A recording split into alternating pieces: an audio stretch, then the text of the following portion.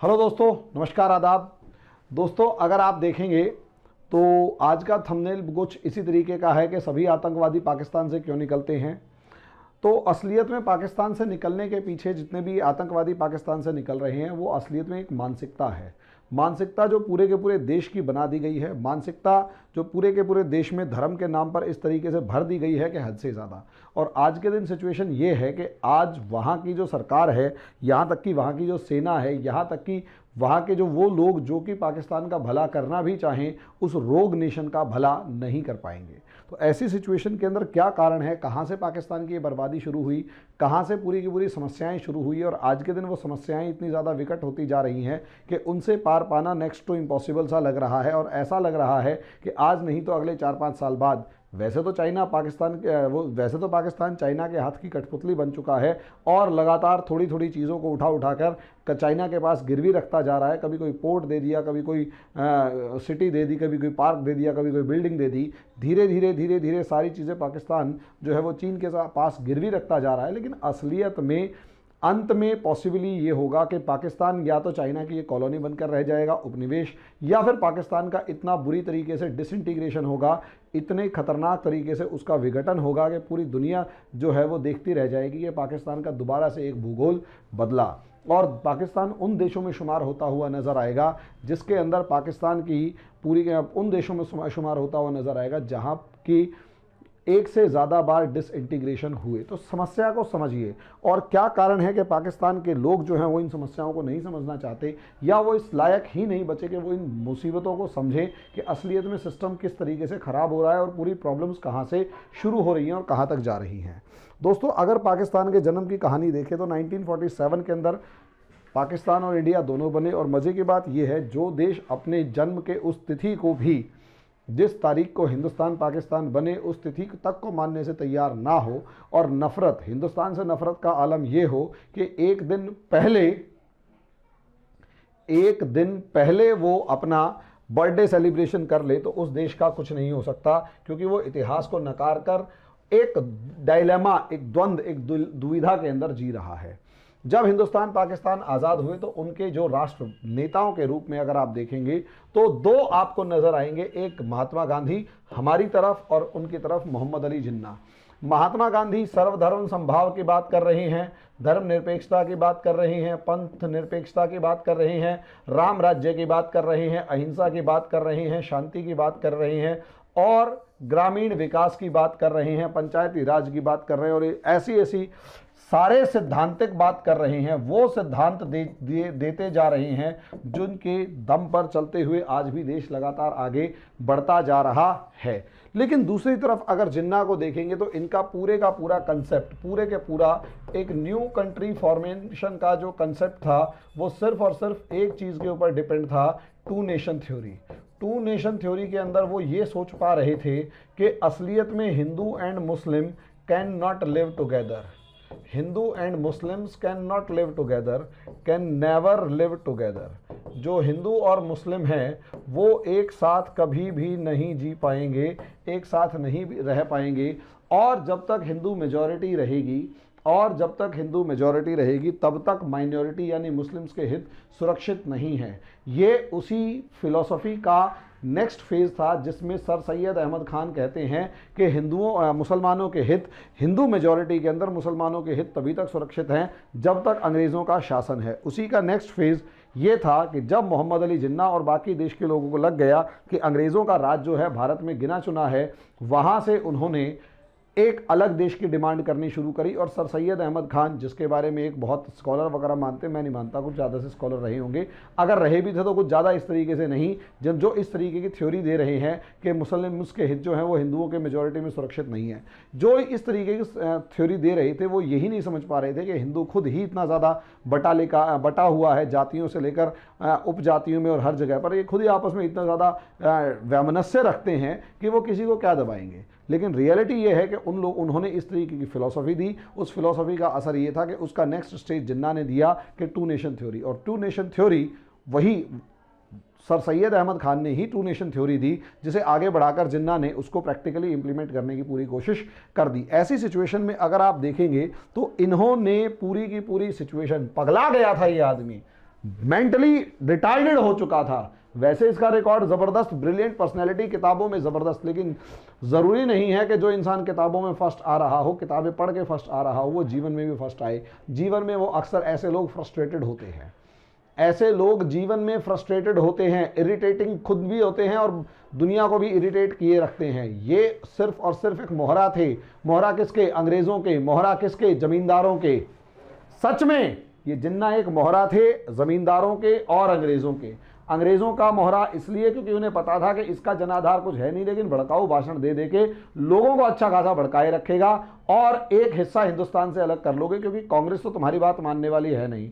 दूसरी तरफ जमींदार, जमींदारों की और कांग्रेस का 36 का आंकड़ा था। कांग्रेस साफ समाजवाद की तरफ बढ़ रही थी और वो साफ कहती थी कि कभी भी एक इंसान, एक वर्ग, एक समूह के पास सारी की सारी जमीन और संपत्ति नहीं होनी चाहिए, उनसे छीन के गरीबों में बांट दो। अब जमींदारों के पास जमीनें होती थी, उन्हें अपनी जमीन की टेंशन थी, तभी कांग्रेस ने भारत में आते ही सबसे पहले भूमि सुधार आंदोलन शुरू किए। और पाकिस्तान के अंदर जिन्ना जैसी एक कठपुतली बना रखा था और जानबूझकर एक शिया को कठपुतली बनाया, ये अच्छे तरीके से जानते हुए कि जिस इलाके के अंदर पाकिस्तान है वो सुन्नी बहुल इलाका है, वहाँ शिया है ही नहीं या कम है। ऐसी सिचुएशन के अंदर सुन्नी बहुल इलाके में शिया को एक लीडर बनाना, तो शिया को एक लीडर बनाने के पीछे भी लॉजिक यही था कि ये इतना ज़्यादा डोमिनेटिंग ना हो पाए कि पूरी पाकिस्तानी लीडरशिप को संभाल पाए। भले ही पढ़ा लिखा है, डोमिनेटिंग है, लेकिन इसके जनाधार को उपधर्म या फिर दूसरे धर्म के नाम पर डिवाइड किया जा सकता है। यही किया गया। इन्होंने जैसे ही हिंदू मुस्लिम के नाम पर पाकिस्तान बनाया, पाकिस्तान बनाने के साथ साथ टू नेशन थ्योरी को प्रैक्टिकली इंप्लीमेंट किया और 16 अगस्त 1946 वो दिन था जिस दिन हिंदुस्तान को समझ में आ गया, हिंदुओं को और कांग्रेस को समझ में आ गया कि यहाँ पर अब समस्या हद से ज़्यादा हो चुकी है, क्योंकि इसी हरामखोर कुत्ते की वजह से, इसी जानवर की वजह से नोआखली के दंगे हुए, क्योंकि इसने स्लोगन दिया क्या?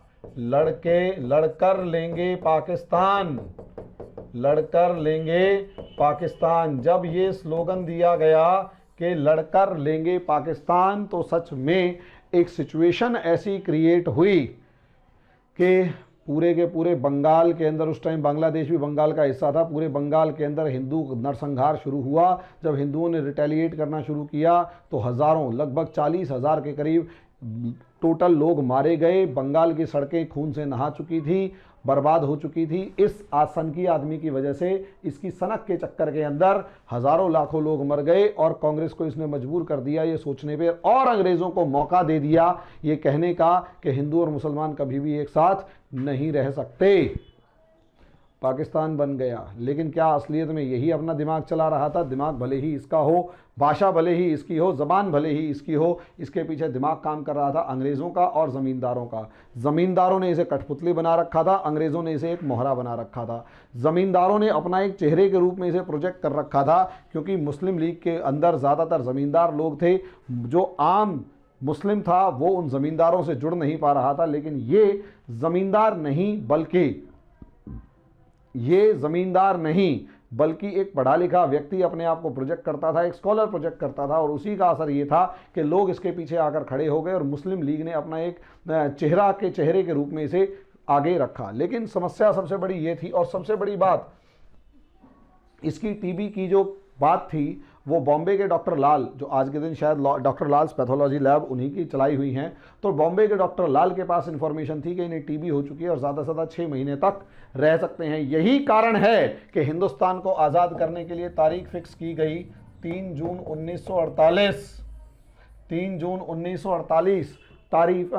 1948 का एक फोकस रखा गया कि जून 1948 तक हिंदुस्तान को अलग करके चले जाएंगे। लेकिन क्या कारण था कि एक लगभग 9 महीने पहले ही अगस्त 1948 को हिंदुस्तान पाकिस्तान को अलग कर दिया गया, और 1947 में हिंदुस्तान पाकिस्तान को अलग कर दिया गया और अंग्रेज एकदम से बैक छोड़कर भाग गए, क्योंकि उन्हें पता था जिन्ना मरने वाला है, ये मर गया तो कांग्रेस बाकी सब चीज़ों पे डोमिनेट कर जाएगी। इसको जमाए रखो, इसको बनाए रखो, ताकि कांग्रेस जो है वो अंग्रेज़ों के मंसूबों पे और जो ज़मींदार हैं उनके मंसूबों पर काबू ना पा सके, कांग्रेस डोमिनेट ना कर पाए। और यही रीज़न है इसकी टीबी की खबर को सबसे बचा के रखा गया। और यही कारण था कि उस ट्रांसफर ऑफ पावर को एकदम से किया गया 3 महीने के अंदर अंदर। सोच कर देखिए, उल्टी सीधी लाइन जैसे खींची गई, खींच दी और देश का बंटाधार कर दिया।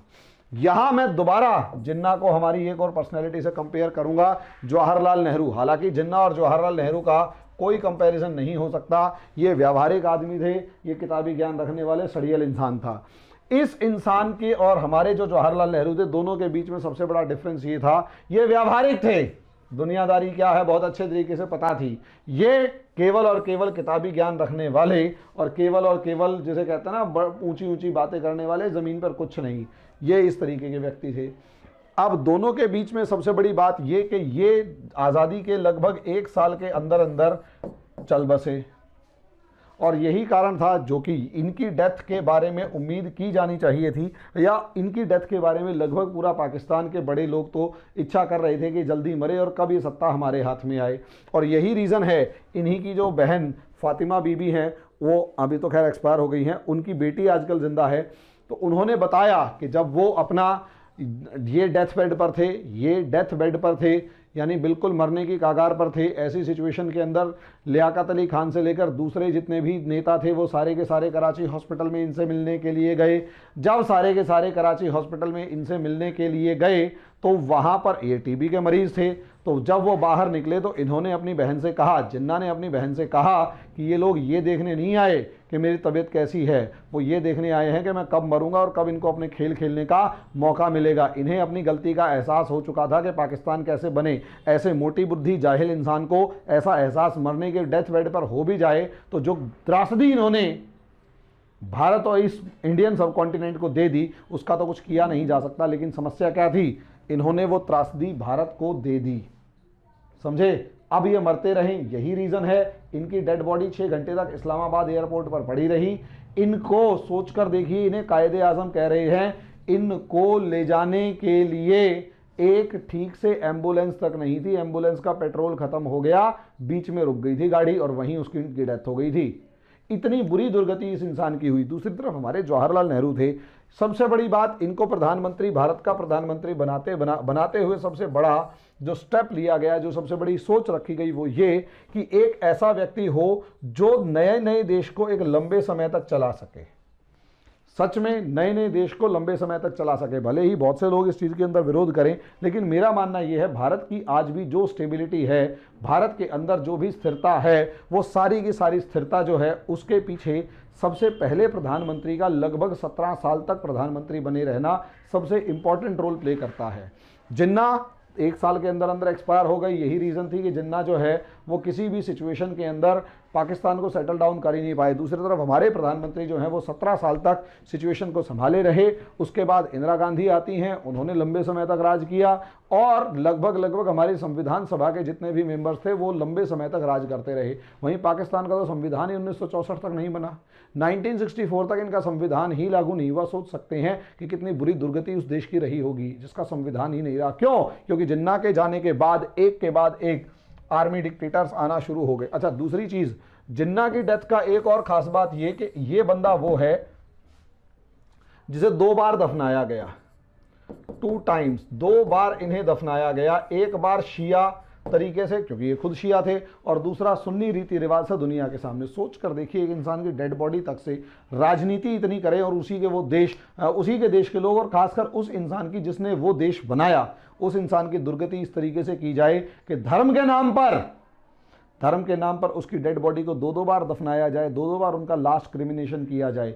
क्यों? क्योंकि लोगों को पता था, इनके देशवासियों को पता था, या इनके नेताओं की जो आकांक्षाएं थी वो इनकी डेड बॉडी के साथ ही जाग चुकी थी। और यहीं से पहली बार धर्म के नाम पर, यहीं से पहली बार रिलीजन के नाम पर, और यहीं से पहली बार सुन्नी शिया के नाम पर ये देश डिवाइड हो गया। जब एक देश अपने राष्ट्र प्रमुख की लास्ट क्रिमिनेशन को, उनके जो अंतिम संस्कार है उस तक को झेलने के लिए तैयार नहीं कि वो शिया कैसे हो सकता है और शिया के तरीके से अंतिम संस्कार उसका कैसे हो सकता है। ये देश की सबसे बड़ा दुर्भाग्य था पाकिस्तान का।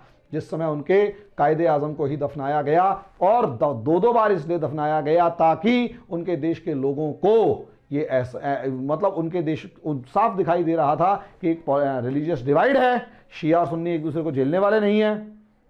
यस, और तभी तो उनको दफनाया गया, तो कलेश हुआ था। कलेश भी क्या होगा, सारे एक जैसे ही जाहिल अनपढ़ गवार लोग थे। जब उन्हें दफना दिया गया और दो दो बार, तो उसके बाद सीरीज शुरू होती है। सोच कर देखिए, उसके बाद सीरीज शुरू होती है सैनिक तानाशाहों की। सैनिक तानाशाहों की सीरीज शुरू होती है, और इन सैनिक तानाशाहों ने ना तो संविधान लागू होने दिया, भाई पहला संविधान लागू नहीं होने, संविधान बनने ही नहीं दिया, लागू होना तो छोड़ो। दूसरा, इन्हें अपनी पोजीशन मजबूत किए रखने के लिए लोकतंत्र का डर रहता था। जुल्फिकार अली भुट्टो, बेनजीर भुट्टो, नवाज शरीफ और आगे भी जो इमरान खान वगैरह हैं। मज़े की बात यह है कि पाकिस्तान के अंदर 2008 में पहली बार एक ऐसी सरकार आई जिसने अपना 5 साल का कार्यक्रम 2013 में पूरा किया। पाकिस्तान में पहली ऐसी सरकार आई जिसने अपना 5 साल का जो कार्यकाल था वो पूरा किया। उससे पहले कोई भी इलेक्टेड गवर्नमेंट 5 साल का कार्यकाल पूरा नहीं कर पाई, यानी अप्रॉक्सीमेट ज़्यादा नहीं तो 50 साल तक वहाँ पर कोई भी डेमोक्रेटिक गवर्नमेंट ऐसी नहीं थी जो अपना 5 साल का कार्यकाल पूरा कर पाए। लेकिन उससे पहले एक प्रधानमंत्री की बलि दे दी गई। वही कारण था कि 2013 से आगे अगर आप 2018 की दूसरी सरकार को देखेंगे तो वहाँ पर उसका जो प्रधानमंत्री था उसे उठाकर जेल में डाल दिया गया। तीसरी जो सरकार है ये भले ही हमारे को 2018 में आई और 2013 के अंदर ये दोबारा से अपना 2023 में अपना कार्यकाल पूरा करेगी, तब तक इमरान खान के साथ न जाने क्या क्या हो सकता है। शॉर्ट में कहिए कि उससे पहले उसका रीज़न क्या है, जितने भी ये आर्मी चीफ थे इन सभी आर्मी चीफ ने पाकिस्तान के अंदर आर्मी को स्ट्रॉन्ग किया, आर्मी को स्ट्रॉन्ग किया और आर्मी को इतना ज़्यादा स्ट्रॉन्ग किया कि आज के दिन पाकिस्तान की 27% इकोनॉमिक रिसोर्सेज के ऊपर पाकिस्तान की आर्मी का कब्जा है। सोच कर देखिए, आपके अगर 10 रुपये आ रहे हैं तो देश के 10 रुपयों में से 3 रुपए जो हैं वो केवल और केवल सेना को दे दिए जाएं, खा ले जाएं। थैंक यू, समझे। अब 3 मतलब 30%, और उसके बाद उनकी स्पाई एजेंसी आईएसआई और आईएसपीआर जो भी हैं ये सारे के सारे इतने ज़्यादा ताकतवर हो जाएं कि पूरी की पूरे संसाधनों से लेकर गवर्नमेंट से लेकर हर चीज़ के ऊपर कंट्रोल इस्टेब्लिश हो जाए। यही रीज़न है, और उसके लिए इन्हें ये बताना पड़ेगा कि why army is important for Pakistan,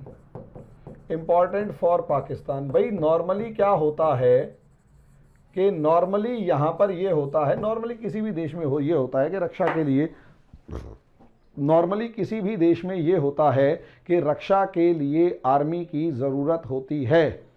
दुनिया का कोई भी देश उठाकर देख लीजिएगा, उसे आर्मी की ज़रूरत होती है। दुनिया का शायद ही कोई देश ऐसा हो जो ये कहे मुझे आर्मी की ज़रूरत नहीं है।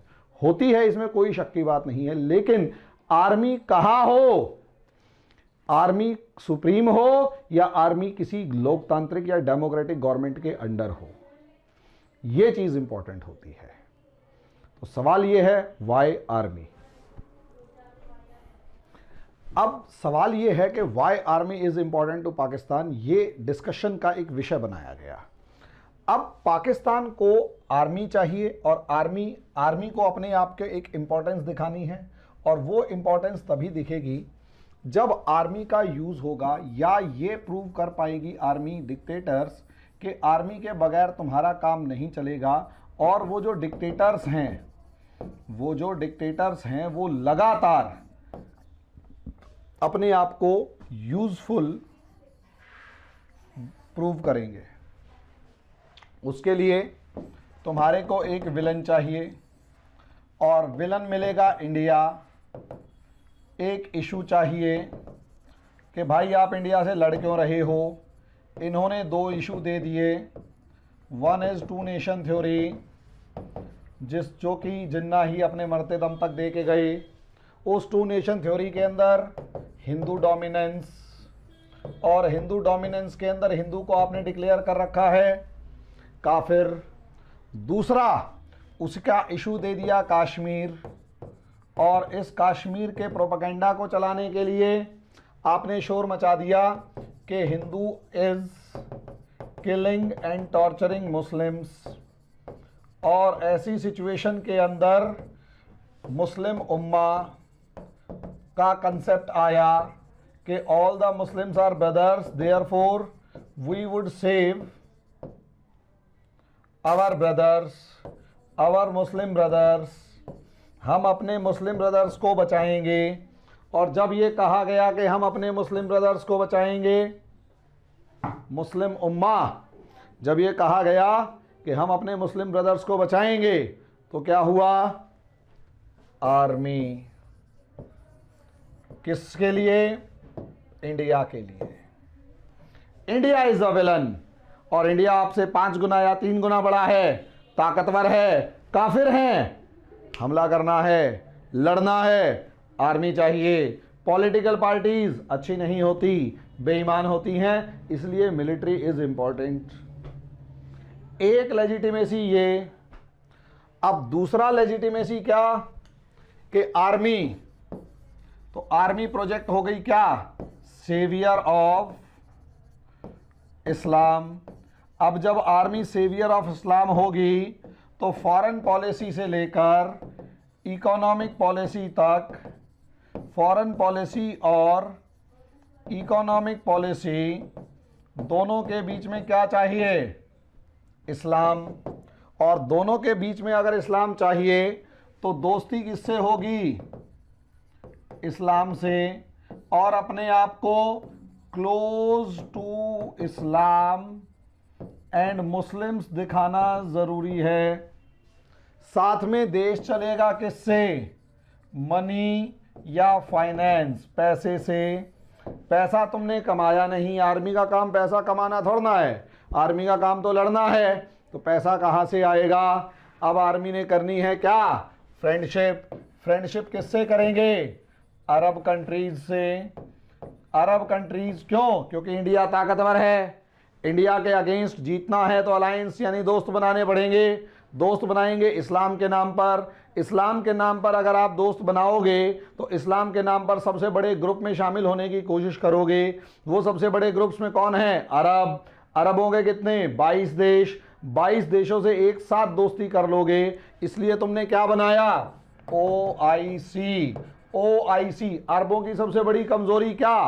पॉपुलेशन कम है। अरबों की दूसरी सबसे बड़ी कमजोरी क्या? ज़्यादा तगड़ी सेना अगर इकट्ठी करेंगे तो वो सेनाएं आपस में ज़्यादा लड़ेंगी, क्योंकि पॉलिटी जो है वो कबीलाई है। कबीलाई पॉलिटी होने की वजह से दोनों सारी सेनाएं, सारे सेना जो है वो डिवाइड होकर आपस में लड़ेगी, इसलिए उनकी मजबूरी है कि सेना को ज़्यादा ताकतवर नहीं रख सकते। तभी सऊदी अरेबिया जो इतना बड़ा देश है, आप देख सकते हैं सऊदी अरेबिया यमन से कम 4 गुना बड़ा देश, यमन के हुती विद्रोहियों को नहीं रोक पा रहा। हुती विद्रोही उनके घर में जाके हमले करते हैं, बड़ी से बड़ी कंपनी उड़ा देते हैं, पाइपलाइंस उड़ा देते हैं, एयरपोर्ट पे हमले करते हैं, खुल के मिसाइलें डालते हैं। कौन? हुती विद्रोही। सऊदी अरेबिया कंट्रोल ही नहीं कर पा रहा। क्यों नहीं कर पा रहा? क्योंकि वो मिलिट्री अटैक नहीं कर पाएगा, क्योंकि मिलिट्री कमज़ोर है। सऊदी अरेबिया एयरफोर्स से लेकर मिसाइलों से लेकर लंबी दूरी वाली मिसाइलें और सब चीज़ें खरीद लेगा। वो भी खरीदेगा, खुद डेवलप नहीं करेगा, लड़ने के लिए सेना नहीं बनाएगा। क्यों नहीं बनाएगा? क्योंकि जितने भी कबीले वाले हैं वो सेना में इकट्ठे होंगे, और अगर कबीले सेना में इकट्ठे होंगे तो सेना अलग अलग हो जाएगी और फिर आपस में लड़ेगी। सऊदी अरेबिया डिसइंटीग्रेट हो जाएगा। ये अकेला सऊदी अरेबिया का नहीं, लगभग सभी 22 अरब देशों का यही प्रॉब्लम है। और अगर 22 अरब देशों की यही प्रॉब्लम है तो क्या बनाया गया? OIC। OIC के अंदर क्या बनाया गया?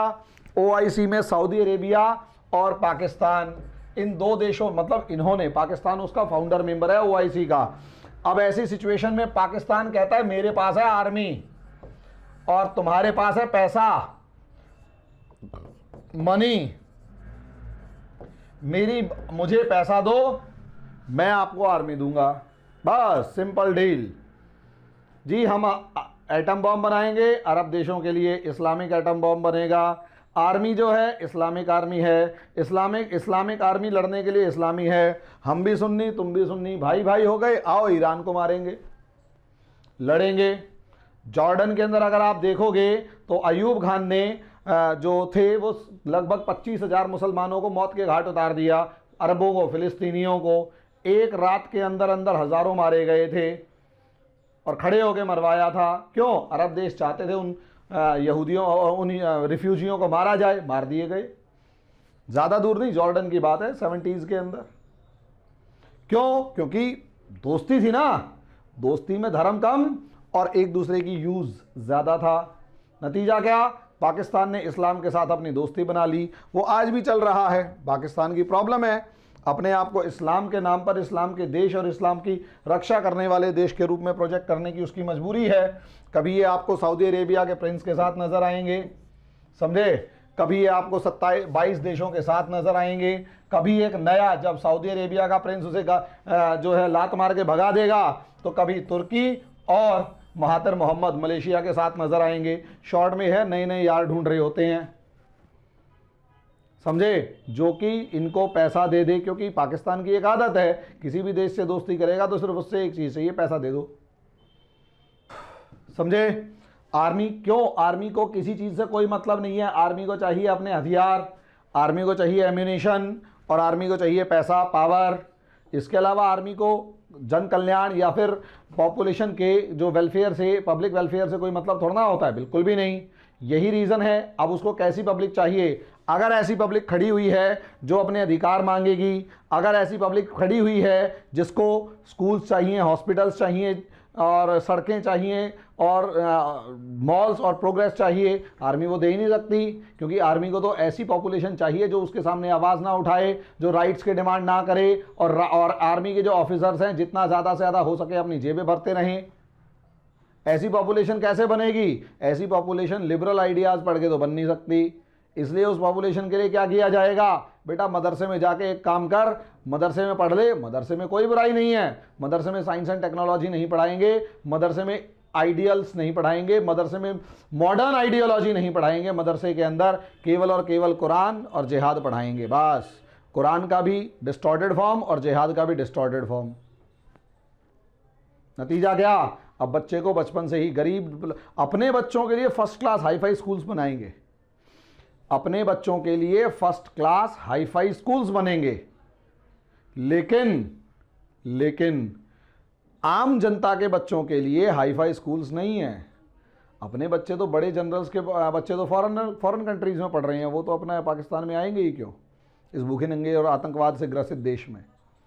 अब मैं बात कर रहा हूं उस गरीब आदमी की, आम आदमी की, जो पाकिस्तान में है। वो पाकिस्तान का जो आम आदमी है, उसके बच्चे को भेज दिया मदरसे में पढ़ाया कुरान, इस्लाम की रक्षा की ठेकेदारी हमारी। कश्मीर दुश्मन, भारत दुश्मन, इजराइल दुश्मन। कश्मीर के लिए हमें लड़ना है, भारत हमारा दुश्मन है, इजराइल हमारा दुश्मन है, और दुनिया के अंदर इस्लाम की रक्षा करना हमारा धर्म है। नतीजा क्या? वो मरी उल्टी सीधी छोटी मोटी या मरी तड़ी इंग्लिश सीख ली गई, उसके अलावा कुछ नहीं किया। इस्लाम का रक्षक हूँ। नतीजा क्या? फ्रांस के अंदर जो सैमुअल पैटी नाम का जो टीचर था, उसकी गर्दन काटने वाला एक पाकिस्तानी, पेरिस की सड़कों पर चाकू से 2 आदमियों को मारने वाला, अल्लाहू अकबर का नाम लेकर मारने वाला कौन? पाकिस्तानी, समझे। स्वीडन के अंदर दंगे हो रहे हैं, पाकिस्तानी। 9/11 का अटैक हो रहा है, पाकिस्तानी। ओसामा बिन लादेन जो इनका जीजा बना हुआ था, जिसे उन्होंने अपना जीजा मान लिया, कहाँ मिला? पाकिस्तान के अंदर। तो शॉर्ट में कहने का मतलब ये है कि इन लोगों ने अपनी पॉपुलेशन को क्या पढ़ाया? जिहाद। पूरी की, इससे क्या हुआ? पूरी की पूरी पॉपुलेशन को वेपनाइज कर दिया, पॉपुलेशन को एक वेपन की तरह यूज करने लगे। अब प्रॉब्लम इसके पीछे एक रीजन और था, एक रीजन और ये था क्या? पहला, इंडिया से भिड़ गए, 1965 में धोया, 1971 में तो इतना बुरा हाल किया कि बांग्लादेश अलग हो गया, 90,000 पाकिस्तानियों को घुटनों के बल बिठा दिया। अब इंडिया से तुम सीधा सीधा लड़ नहीं सकते, तो 1000 कट थ्योरी पे आ जाओ। 1000 कट थ्योरी का मतलब ये है कि हिंदुस्तान से सीधे सीधे तुम लड़ोगे तो मात खाओगे, इतना बड़ा है, भले ही पैसा कम है, गरीबी ज़्यादा है, लेकिन गरीब भले ही है, ताकतवर बहुत है। गरीब ताकतवर हो सकता है, बाहुबल उसके पास ज़्यादा हो सकता है। भारत के पास बाहुबल था, ट्रेडिशनल वार में पाकिस्तान को रगड़ रगड़ के धोया। नतीजा क्या हुआ पाकिस्तान को रगड़ के धोने का? पाकिस्तान की आर्मी 6 साल तक बैरकों से बाहर नहीं निकली थी। अब उसने 1000 कट थ्योरी निकाली। अब 1000 कट थ्योरी के लिए या तो अपने सैनिकों को अंदर भेजो, जो इंटरनेशनल ट्रीटी के खिलाफ था, तो दूसरा काम क्या किया गया? आम लड़के को उठाओ, कसाब, उसको जिहाद पहले पढ़ा रखा है कि कहा कि जा जिहाद के नाम पर शहीद हो जाओ, जितना ज़्यादा मार सकता है मार। आया, गोलियां बरसा दी, अपने शरीर पे बम बांध के आया, फोड़ दिया, शहीद हो गया। कश्मीर के अंदर एनकाउंटर में मारा गया। अब सपोले तो तुमने अपने घर में पैदा कर लिए, धर्म के नाम पर सपोले पैदा हो गए। अब जब धर्म के नाम पर सपोले पैदा हो गए, धर्म के नाम पर सांप और बिच्छू पैदा होने लग गए जब धर्म के नाम पर सांप और बिच्छू पैदा होने लग गए, तो अब क्या किया जाए?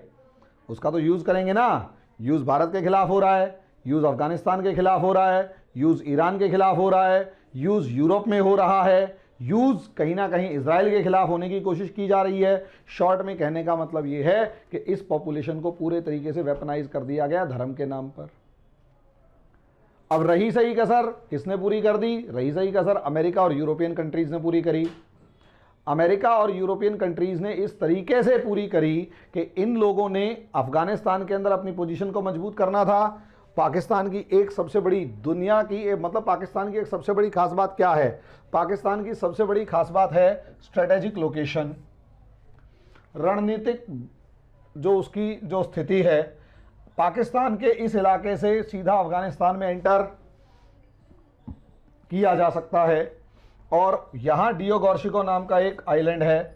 यहाँ से अमेरिका इधर सपोर्ट भेजेगा या अरब कंट्रीज़ के थ्रू पाकिस्तान को सपोर्ट भेजी जाएगी, और पाकिस्तान उसको हेल्प करेगा अफ़गानिस्तान तक पहुँचाने में।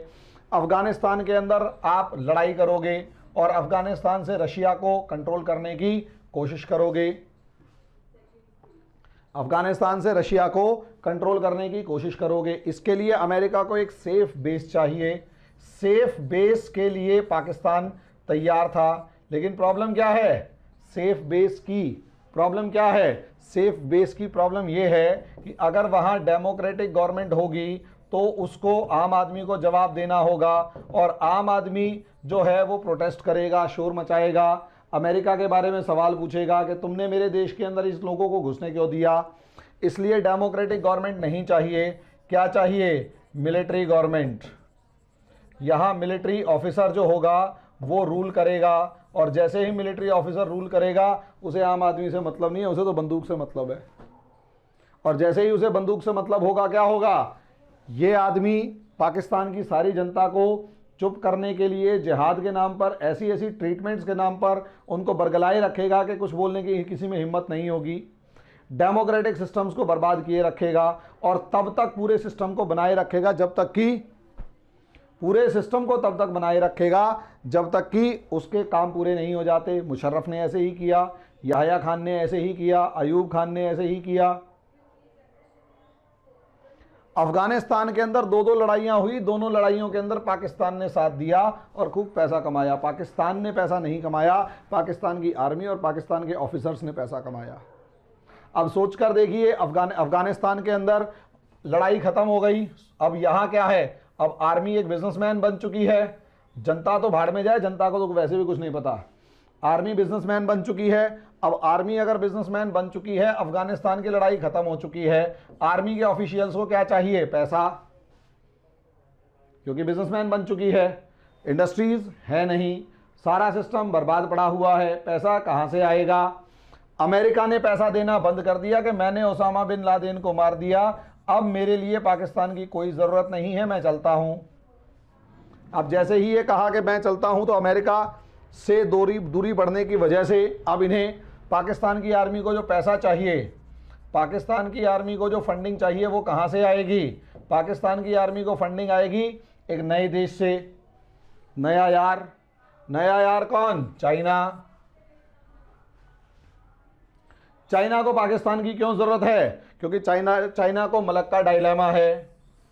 चाइना हमेशा इंडिया से डरता है कि कल को इंडिया से कोई भी प्रॉब्लम आ गया तो सबसे बड़ा पोटेंशियल थ्रेट तो इंडिया ही है। अगर इंडिया से कोई भी प्रॉब्लम आ गया तो हम इंडिया सबसे पहले ये मलक्का की स्ट्रेट को बंद करेगा, और जैसे ही इंडिया ये मलक्का स्ट्रेट को बंद करेगा, जैसे ही ये मलक्का स्ट्रेट यहाँ पर बंद हो जाएगी, बाहर नहीं निकल पाएगा, तो प्रॉब्लम क्या आएगी?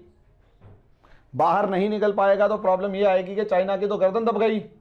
ऐसे में चाइना ने एक अल्टरनेट रूट ढूंढा और इसका नाम रख दिया सी पैक। अब प्रॉब्लम यह है, सी पैक या तो डेमोक्रेटिक गवर्नमेंट दे, लेकिन डेमोक्रेटिक गवर्नमेंट अगर दे देगी तो समस्या है। लेकिन डेमोक्रेटिक गवर्नमेंट को देने की जगह आर्मी के ऑफिसर्स ने इसके अंदर इंटरफियर करना शुरू किया, और यही की रीज़न है कि सी पैक के अंदर जो लोन मिला उसकी शर्तें आज तक पाकिस्तान की सरकार तक को नहीं मालूम। और इमरान खान ने प्रधानमंत्री बनने के बाद तक ये कहा कि सी पैक की शर्तों को खुले तौर पर कहा था, खुला पब्लिक ओपिनियन, कि सी पैक की शर्तों को चाइना पाकिस्तान को नहीं बता रहा, उसे बताना पड़ेगा। बाद में उसे साइड में ले जाके धमका दिया होगा कि चुप बैठ जा वरना तेरे को भी निपटा देंगे। और यही रीज़न था कि उसके बाद इमरान खान ने सी पैक का कभी नाम नहीं लिया, क्योंकि 645 बिलियन डॉलर का प्रोजेक्ट था। उसके अंदर बढ़ते बढ़ते आज के दिन वो 62 बिलियन डॉलर या 65 बिलियन डॉलर हो चुका है। चाइना को इससे क्या फ़ायदा? चाइना को इससे सबसे बड़ा फ़ायदा ये कि चाइना एक ताकतवर देश बन रहा है, और चाइना को किसी भी तरीके से अरेबियन सी और इंडियन ओशियन और बे ऑफ बंगाल के अंदर अपनी पोजीशन को मजबूत करना है, क्योंकि वो वहाँ तक रुका रहेगा तो अमेरिका उसे वहीं रोक लेगा। उसे एक नया रूट चाहिए, अल्टरनेट रूट चाहिए। ऐसे में पाकिस्तान से वो चीज़ों को खरीद रहा है, पाकिस्तान को इतना कर्ज दे रहा है कि पाकिस्तान अपनी प्रॉपर्टीज उसको गिरवी रखना शुरू कर दे। और टोल प्लाजा के ऊपर इस तरीके की कंडीशंस हैं, सी पैक के ऊपर इस तरीके की कंडीशंस हैं कि अगर सी पैक से एक सर्टेन अमाउंट नहीं मिला तो सारा सी पैक किसका? चाइना का।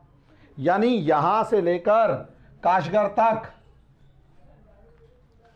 चाइना के ट्रकों को कोई नहीं रोकेगा, यानी ये सड़क ही उसकी बन गई।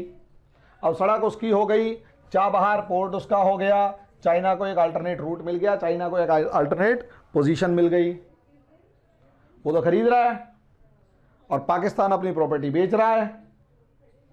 आम जनता को पता नहीं। अब आम जनता विरोध कर रही है तो बलूचों को पाकिस्तानी सेना मार रही है, हज़ारा मुस्लिम्स को आतंकवादी मार रहे हैं, सिंधियों को पाकिस्तानी सेना मार रही है, और लगभग हर किसी को पाकिस्तानी सेना मार रही है। सेना के अफसरों ने पैसा खाया, उनके बच्चे मौज ले रहे हैं, और पाकिस्तानी बेचारा भूखा मर रहा है। नतीजा क्या? अब चाइना का गुलाम हो चुका है पाकिस्तान। चाइना ने अपनी वैक्सीन बनाई, उसे कम से कम 5 लाख लोग चाहिए जिनके ऊपर वो अपनी वैक्सीन का ट्रायल ले सके। उसने क्या किया? सैनवैक की वैक्सीन जो है वो उठाकर पाकिस्तान भेज दी कि 5 लाख बंदों को लगा के भेजो और डाटा जो मिले मुझे वापस भेजना। तो गिनी पिग बना दिया। शॉर्ट में कहने का मतलब ये है कि जनता की बुद्धि खत्म करके, जनता की सोचने समझने की शक्ति खत्म करके, केवल और केवल जनरल्स ने मिलिट्री जनरल्स ने एक ऐसी सरकार, ऐसी जनता का निर्माण किया जिसके पास किसी तरीके की कोई इंफॉर्मेशन नहीं, मतलब किसी तरीके का उसको नहीं छोड़ा। धर्म के नाम पर, इस्लाम के नाम पर उसको शहीद होना सिखा दिया। इसलिए आम पाकिस्तानी कहीं भी जा रहा है इस्लाम के नाम पर गर्दनें काट रहा है, जानवरों वाली ज़िंदगी जी रहा है। पाकिस्तान में है तो सोच कर देखिए, बेशर्मी किसी भी सरकार की, चाहे गलत किया सही किया, सरकारों ने कोई ना कोई तो कदम उठाया। पाकिस्तान के साथ प्रॉब्लम क्या कि पाकिस्तान की सरकार ने कोई कदम ही नहीं उठाया। उसने कहा कि हम अगर इकोनॉमी बंद कर देंगे तो आम आदमी वैसे भूखा मर जाएगा, मैं नहीं करता। बाद में वो प्रूव सही हुआ गलत हुआ, अपनी पीठ थपथपाओ नहीं थपथपाओ, मैं उसमें मतलब नहीं रखता। लेकिन शॉर्ट में कहने का मतलब ये है कि पाकिस्तान की सरकार ने आम जनता के लिए कुछ नहीं किया। और उससे ज़्यादा मज़े की बात यह कि आम जनता इतनी बेवकूफ़ कि उसने पाकिस्तान की सरकार को कुछ नहीं कहा, क्योंकि सोचने समझने की शक्ति तो है नहीं ना, और उन्हें भी पता है कि सरकार हमारी किसी काम की नहीं है। नतीजा उसका क्या होता है कि आज के दिन चाइना, अब जनता एक रेजिलियंट हो गई ना, भीरू बन गई। अब वो रिस्पॉन्ड नहीं कर रही तो लोगों को पता लग गया, और चाइना को तो सबसे पहले कि इनको तो आराम से गुलाम बना सकते हैं। अब तैयारी शुरू हो चुकी है। बलूचियों को जितनी बुरी तरीके से मार रहे हैं आज के दिन, वही चाइनीज़ उनके घरों में घुस के मार रहे हैं, और पाकिस्तान कुछ नहीं कर पा रहा। और मजे की बात ये, पाकिस्तानी आर्मी खुद ही अपने लोगों को ज्यादा मार रही है चाइनीज के ऑर्डर पे। नतीजा उसका क्या है कि आम जनता जो है वो बेचारी अब क्या करे। अपने ही पिताजी अगर आपकी गर्दन दबाना शुरू कर दें तो कोई कुछ कर थोड़ा ना सकता है। फिर तो सरकार कर सकती है, सरकार ना हो तो क्या हो, जो रक्षक है वही भक्षक बन जाए। सेना जो रक्षक के रूप में अपने आप को प्रोजेक्ट करती थी, आज के दिन वही भक्षक बनी हुई है। रही सही कसर वो आतंकवादियों को मदद पहुंचा देती है। नतीजा उसका क्या है? नतीजा कोई भी देश कितना भी कैसा हुआ वो शर्मसार क्यों हो रहा है? भाई इस्लामिक रिपब्लिक ऑफ पाकिस्तान के नाम पर बना जो देश आज के दिन क्या है, अपने दामादों को अपने देश में छुपाए बैठा हुआ है।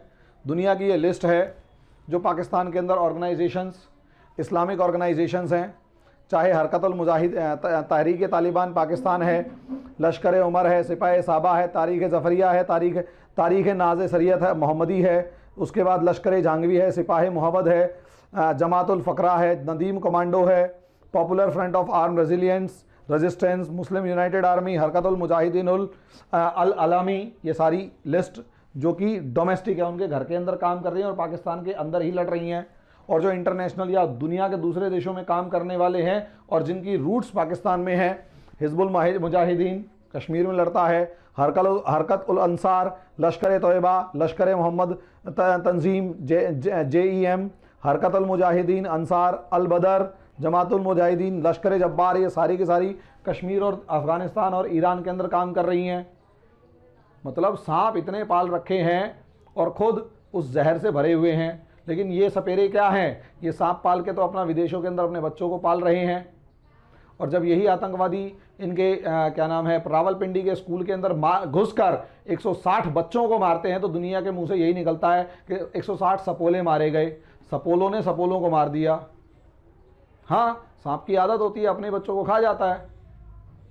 सांप को खा जाएगा, सांप अपने बच्चों को खा जाएगा। तो सांप आए, सपोलों को मार दिया। शॉर्ट में कहने का मतलब ये कि एक देश जिस तरीके से बनता है और जिस तरीके से उसकी जनता को शिक्षा दी जाती है, जिस तरीके से उस जनता की शिक्षा को तोड़ मरोड़ के उसके सामने पेश किया जाता है, उसका असर ये होता है, क्या हो सकता है वो आपको पाकिस्तान के रूप में दिखाई देगा। तीन देश उस देश के अंदर घुस के आतंकवादी हमला करते हैं, तीन देश। अब ये सारे लश्कर क्यों बना रखे हैं? कश्मीर के नाम पे बना रखे हैं। तो सारी की सारी दुनिया अब इस्लाम के नाम पे लड़ेंगे तो बाकी दुनिया में भी तो इस्लाम है, वहाँ पे भी लड़ेंगे। अब जब वहाँ पर भी लड़ेंगे जहाँ बाकी दुनिया में इस्लाम है, तो हर जगह ये जहाँ पर भी इस्लाम का नाम आता है ये लोग अल्लाहू अकबर होके मारना शुरू कर देते हैं। तो weaponisation of a whole population. और खुद जितने मर्जी बड़े कि भाई मतलब सोचने वाली बात है जब ये कहते हैं कि हथियार मुसलमान का गहना होता है तो हंसी आती है कि उस गहने से आप एक दूसरे की गर्दनें काट रहे होते हैं। नतीजा क्या है कि हज़ारा मुस्लिम नहीं है, हम मारेंगे। शिया मुस्लिम नहीं है, हम मारेंगे। काफिर शिया काफिर शिया काफिर, शिया वाजिबुल कत्ल, अहमदिया वाजिबुल कत्ल, समझे, हज़ारा वाजिबुल कत्ल, सारे वाजिबुल कत्ल। क्यों? क्योंकि इनको आदत पड़ गई इस्लाम यानी हर चीज़ को इस्लाम के चश्मे से देखने की और प्योरिटी के नाम पर देखने की। नतीजा क्या है? एक दूसरे की गर्दन काट रही हैं। वेपनाइजेशन ऑफ होल पॉपुलेशन हो चुका है। पूरी की पूरी पॉपुलेशन जो है चलते फिरते हथियार हैं जो एक दूसरे को मारते हुए देर नहीं लगा रहे। और कम से कम वो दूसरे को नहीं मारेंगे तो चुप रहकर उसको सहमति ज़रूर दे देते हैं। जब फ्रांस के सैमुअल पैटी का जो हत्यारे के पिताजी से पूछा गया कि आपको कैसा लग रहा है, तो कहता मुझे फ़ख्र है कि मेरे बेटे ने जान ली, बहुत बढ़िया काम किया बेटा, बहुत बढ़िया काम किया। तो तुम्हें मारने वाले जो लोग थे वो भी फ़ख्र महसूस करते हैं और फिर एक दूसरे को मारते हो वो भी फ़ख्र महसूस करो। मारो एक दूसरे को जानवरों की तरह, क्या किया जा सकता है? ये रियलिटी है, ये रियलिटी है। अब आप देखिए फिर सर्जिकल स्ट्राइक होते हैं, फिर ये लोग रोते हैं। इनका एक वो जो क्या नाम है, ओसामा बिन लादेन, ये वो उसी मकान की तस्वीर है। ओसामा बिन लादेन जिसके अंदर मारा गया। उरी सर्जिकल स्ट्राइक, हमने पूरी की पूरी फिल्म देख ली, रिकॉर्ड तोड़ गई। बालाकोट सर्जिकल स्ट्राइक, ज़बरदस्त, घर में घुस के मारा, 80-90 किलोमीटर के आसपास के अंदर तक जाकर मारा। उसके बाद ईरान ने भी कौन सी कसर छोड़ दी, ईरान ने भी निपटा दिया बहुतों को। तो ऐसी सिचुएशन के अंदर अगर आप लोग देखेंगे तो एक ऐसा देश जिसके अंदर 3 देश घुसकर हमला कर दें, मार के वापस आ जाएं और ये कुछ ना कर पाएं। दुनिया के हर जगह आतंकवाद, हर जगह लड़ाक, हर जगह सबकी चीज़ें, एटम बॉम्ब की धमकी। तो ये देश असलियत में इसलिए ऐसा कैसे बना? तो जहाँ इसके रूट कॉज था जिन्ना, वहाँ से शुरू हुआ। इसके जो पालनहार थे उन सब ने उसे बर्बाद किया। उन सब के बालक जो हैं विदेशों के अंदर मौज ले रहे हैं, ये जानवरों की तरह पल रहे हैं, और मजे की बात इन्हें अकल नहीं आ रही। ये एक धर्म के चश्मे से सबको देख रहे हैं, उस धर्म के चश्मे से बाहर निकलने की इनके अंदर हिम्मत नहीं है। नतीजा क्या है? नतीजा ये कि इनको उस कीचड़ के अंदर भी मज़ा आ रहा है। जैसे सुअर कीचड़ में लेट के मज़े ले रहा होता है ना, ऐसे ही उसको, भाई सौंदर्य का अपना एक साधन होता है ना, भाई सुंदरता हर चीज़ में है, सुंदरता कीचड़ में भी है, देखने की नज़र होनी चाहिए। सुंदरता पाकिस्तानियों को भी दिखाई दे रही है उस कीचड़ के अंदर, जहाँ ये एक दूसरे की गर्दनें काट रही हैं। अपना बच्चा मर जाए तो रो पड़ो, दूसरे का मर जाए तो तालियां बजा लो, क्या जाहिलपना है ये। लेकिन ये वेपनाइजेशन ऑफ द पॉपुलेशन अगर हो, जब वेपनाइजेशन, और ये मैं आपको बता रहा हूं, पठानकोट, सियालकोट या रावलपिंडी के अंदर इनका एक हमला हुआ था स्कूल के ऊपर। मुझे पहली बार, मेरे को पहले तो बहुत सांत्वना हुई कि 160 बच्चे मारे गए, लेकिन जब मैंने पाकिस्तान की एक औरत, एक बहुत ही नॉमिनल सा इंटरव्यू एक औरत को कहते हुए सुना कि हिंदुस्तान के अंदर हमला करते तो बात भी थी, हमारे बच्चों को क्यों मारा, उसी दिन मुझे नफरत हो गई थी इस पाकिस्तान की। किसी भी, मेरी तरफ से सब मर जाओ। एक औरत, आपको हमला अगर हुआ है तो उस हमले को, वही हमला, वही जाहिलपना, वही जाहिलियत, वही आतंकवाद, वही क्रूरता अगर भारत में होती तो ठीक थी। हमारे बच्चे मर गए इसलिए गलत है, बाकी ठीक है। ऐसे लोगों के साथ आप कुछ नहीं कर सकते, और इनसे आप अच्छी उम्मीद कर भी नहीं सकते, इनसे अच्छी उम्मीद कर भी नहीं सकते। और यही कारण है कि पाकिस्तान के साथ ये जो सरकार है पाकिस्तान के साथ बात नहीं कर रही। मैं बड़ा खुश हूं, बिल्कुल सही कर रही है, क्योंकि इन्हें पता है कि पाकिस्तान से बात करने का कोई फायदा नहीं है। वहां की आम जनता तक इस मामले को समझ चुकी है, वहां की आम जनता तक इस चीज को आम जनता के अंदर इस चीज की हिम्मत नहीं है कि वो ये सोच सके कि हिंदुस्तान से दोस्ती का फायदा क्या होगा। वो शांति को चाहते ही नहीं है। उनके लिए हिंदुस्तानी मरा तो एक काफिर मरा, और अगर हिंदुस्तानी कोई मुसलमान मर गया तो वो बली शहीद हो गया, कोई बात नहीं, जंग है, शहीद होते ही हैं। वो हिंदुस्तानी मुसलमानों की जान की कीमत भी ऐसी लगाते हैं कि जंग है, शहीद तो होते ही हैं। हाँ, यहाँ हिंदुस्तानियों की कुछ बेवकूफ़ी है, और हिंदुस्तान में जो कट्टरता बढ़ रही है वो आगे जाकर पाकिस्तान जैसा हाल कर सकती है। इस पूरे के पूरे एनालिसिस से आपको ये भी सोचना है कि हमारे अंदर कट्टरता नहीं होनी चाहिए, रेजिलियंस नहीं होना चाहिए, विरोध, और कम से कम जो गलत हो रहा है उसका विरोध हमें करना चाहिए। कट्टरता जो है वो कहीं ना कहीं पाकिस्तान की तरफ ले जाएगी, लेकिन इसे समझना पड़ेगा, लेकिन इसे अच्छे तरीके से समझना पड़ेगा कि पाकिस्तान जो है इसके साथ दोस्ती क्यों नहीं हो सकती, क्योंकि वहाँ की आम जनता ये मान चुकी है कि भारत के साथ दुश्मनी ही है और हम इसे मारेंगे। तो जब पॉलिटिकल लीडरशिप करे तो शायद बात भी बने, आम जनता ये सोचना शुरू कर दे और आम जनता सर्टिफाई करना शुरू कर दे कि भारत में आतंकवादी हमला हुआ, बहुत बढ़िया। और मजे की बात, वहाँ के एक्टर्स और दूसरे लोग भी उसको क्रिटिसाइज ना करते हुए यूं कहें कि कश्मीर को जब तक आप आज़ाद नहीं करोगे तब तक ऐसा ही होगा। आपको पता है ना, ये सारे के सारे, जब ये उरी पर हमला हुआ था, तो पाकिस्तान के बहुत सारे एक्टर्स के पिछवाड़े पे लात मार के भगा दिया गया था, क्योंकि हमारी जो फिल्म इंडस्ट्री थी उसने कहा भाई कुछ तो बोलो। उन्होंने बोलने से मना कर दिया था, नमक हराम है। वो लोग कहते हैं नहीं कश्मीर के मामले में बिल्कुल ठीक है। अरे हमारा खा रहे हो, हमारे देश में कमा रहे हो, और कश्मीर के मामले में बिल्कुल ठीक है, तो भगा दिया हमारी फिल्म इंडस्ट्री के लोगों ने उनको। कितने वो पाकिस्तानी दिखाई दे रहे होते थे, मेन लीड रोल में भी आए, भगा दिया उन लोगों को। कश्मीर के मामले में ठीक है तो ठीक है, फिर मेंटली उनके अंदर जहर भरा हुआ है, वो उस जहर को निकाल नहीं पाएंगे, तो आप उम्मीद कर नहीं सकते कि वो आपके साथ कुछ अच्छा करेंगे। और यही कारण है आपकी जो सरकार की नीति है, पाकिस्तान से बात नहीं करनी, बिल्कुल ठीक है, क्योंकि उनसे लड़ाई, आप उनसे दोस्ती नहीं कर सकते। वो एक पत्थर फेंकेंगे, तुम्हें 4 फेंकने पड़ेंगे, और जब तक ये नहीं करोगे तब तक पाकिस्तान सुधरेगा नहीं, क्योंकि बुद्धि नहीं है उनमें। वो वेपनाइज्ड पर्सन्स है, दिमागी तौर पर चलते फिरते आतंकवादी हैं ये लोग। इनसे प्यार से बात नहीं हो सकती, इनसे बिल्कुल ऐसी बात हो सकती है, बैठ जाओ आराम से, नहीं करेंगे तुमसे बात। जैसे ही तुमने शरारत करी 4 पड़ेंगे, और ये कड़वी सच्चाई है। और इसीलिए इंडियन गवर्नमेंट की क्या पॉलिसी है, नो टॉक्स। बिल्कुल सही, क्योंकि टॉक्स करने का फायदा ही नहीं है। अटल बिहारी गए थे बस लेके, आउटकम वॉज कारगिल, दिल्ली पर अटैक, पार्लियामेंट अटैक, सरोजिनी नगर, फिर प्यार से बात करते हो मुंबई, अब प्यार से करो ही मत बात, उनके अंदर घुस के मार रहे हैं। बहुत बढ़िया। पाकिस्तान की पूरी कॉमन पीपल जो है वो वेपनाइज्ड है, उनके दिमाग में भरा हुआ है ये। और उनके हुक्मरान जो हैं, उनके जो रूलर्स हैं, उन्होंने भर दिया, आर्मी डिक्टेटर्स ने भर दिया।